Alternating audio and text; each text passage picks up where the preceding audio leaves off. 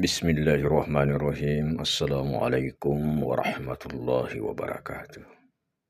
Innal hamdalillah nasta'inuhu wa nastaghfiruhu wa na'udzu billahi min syururi anfusina wa min sayyiati a'malina. May yahdihillahu fala mudilla lahu wa may yudlil fala hadiya lahu. Asyhadu an la ilaha illallah wahdahu la syarika lah wa asyhadu anna Muhammadan abduhu wa rasuluh. Allahumma salli wa sallim wa barik ala sayyidina wa maulana Muhammad wa ala alihi wa sahbihi rasulillahi ajmain amma ba'd.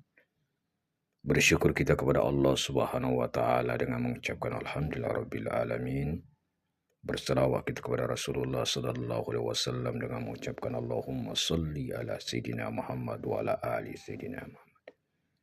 Anak didikku sekalian, kelas 6B SD 004 Kecamatan Batu Ampar,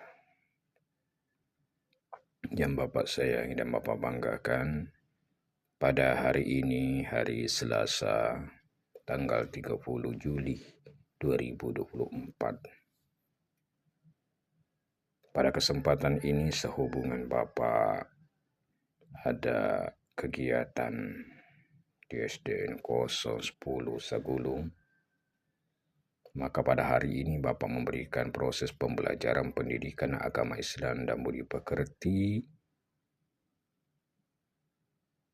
dalam pertemuan yang kedua, yakni belajar surah Ad-Duha.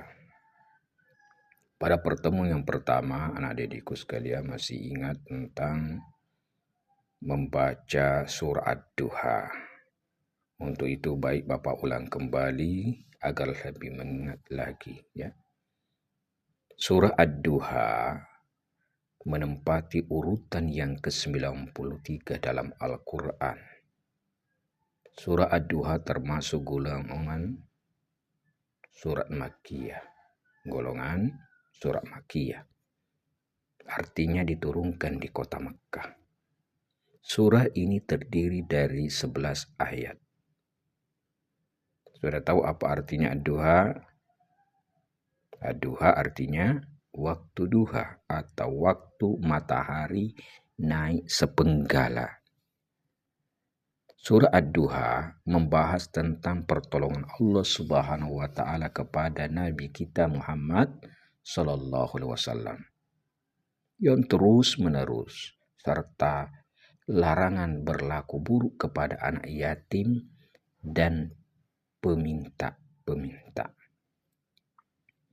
Bapak kembali mengulang bacaan surah Ad-Duha, karena insya Allah dalam pertemuan berikutnya nanti anak-anak Bapak semuanya wajib menghafal surah Ad-Duha ini.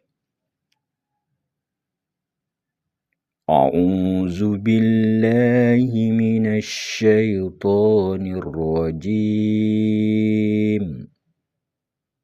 Bismillahirrahmanirrahim. Wadduha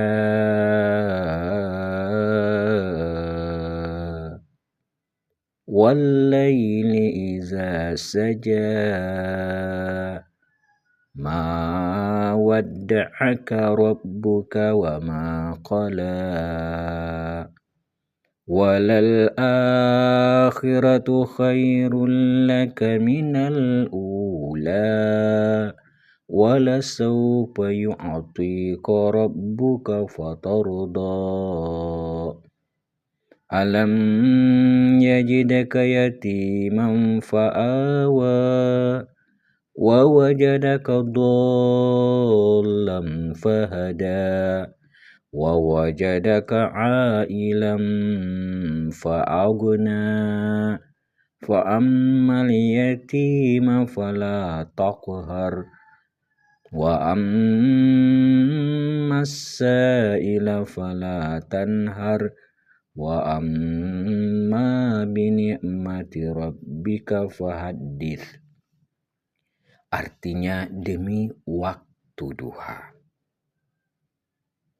dan demi waktu malam apabila telah sunyi, Tuhanmu, Nabi Muhammad, tidak meninggalkan dan tidak pula membencimu. Sungguh akhirat itu lebih baik bagimu daripada yang permulaan dunia. Sungguh kelak di akhirat nanti Tuhan pasti memberikan karunia-Nya kepadamu sehingga engkau ridho. Bukankah Dia mendapatimu sebagai seorang yatim lalu Dia melindungimu? Mendapatimu sebagai seorang yang tidak tahu tentang syariat lalu Dia memberimu petunjuk wahyu. Dan mendapatimu sebagai seorang yang fakir lalu Dia memberimu kecukupan. Terhadap anak yatim janganlah engkau berlaku sewenang-wenang. Terhadap orang yang meminta-minta jangan engkau menghardik. Terhadap nikmat Tuhanmu nyatakanlah dengan bersyukur. Anak didikku sekalian yang Bapak sayang dan Bapak banggakan, agar dapat membaca surah Ad-Duha dengan benar, sebagaimana yang Bapak bacakan tadi, ada beberapa hukum bacaan tajwid yang harus kita perhatikan. Yajidkah, takhar, ini namanya qalqalah sugrah. Cara membacanya memantulkan bunyi huruf qalqalah secara ringan. Ya, yajidka, takhar. Ini namanya qalqalah sugrah. Kemudian yatiman fa'awa, dolam fahada, ailam fa'agna. Maka hukum bacaannya disebut ikhfa. Cara membacanya menyamarkan bunyi tanwin dengan dibaca dengung dan dilebur dengan huruf setelahnya. Selanjutnya dolan. Ini namanya mad lazim musakkal kilmi. Artinya panjang, bacaannya 6 harakat. Sama dengan waladolin. Ya. Oke. Selanjutnya ailan. As-so'ilah. Ini juga mad wajil. Mawajil muttazil. Cuma panjangnya hanya 5 harakat. Ailan. As-so'ilah. Terakhir fa'amma wa amma, ini dibaca guna. Cara membacanya mimnya itu tasdid, double, dibaca dengung juga, ditahan 2 harakat. Sekali lagi fa'amma wa amma. Nah, selanjutnya kita akan belajar tentang hukum bacaan takfim dan tarqiq. Simak betul-betul, dengarkan, perhatikan. Takfim, ya, tafhim ini berarti menebalkan, ya. Tafhim artinya menebalkan, yakni membaca huruf-huruf tertentu dengan suara atau bacaan tebal. Macam-macam bacaan tafhim meliputi kha, so, da, go, to, zo, qa. Ada 7 ya.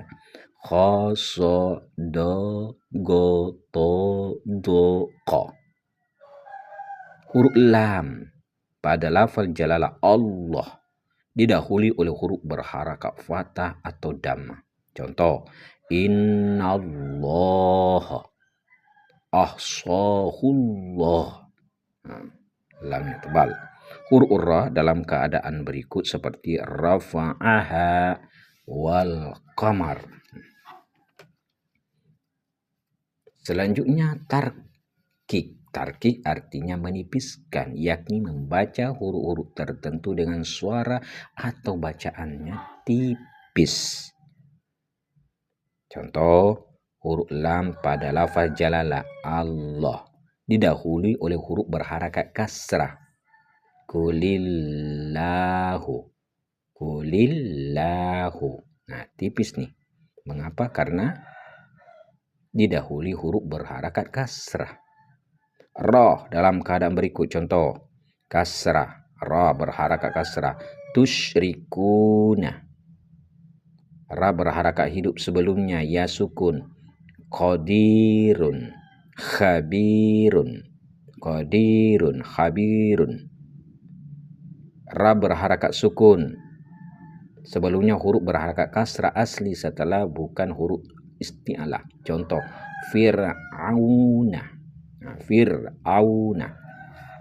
Inilah anak didikku sekalian proses pembelajaran kita pada hari ini tentang masalah bacaan tajwidnya. Tajwidnya itu cara membaca Al-Quran dengan benar. Cara membaca Al-Quran dengan benar. Itu artinya ilmu tajwid. Nah, maka dari itu anak didikku sekalian dalam pertemuan ini terakhir, sebelum Bapak menyelesaikan dalam proses pembelajaran kita pada hari ini, anak-anak Bapak akan memberikan tugas.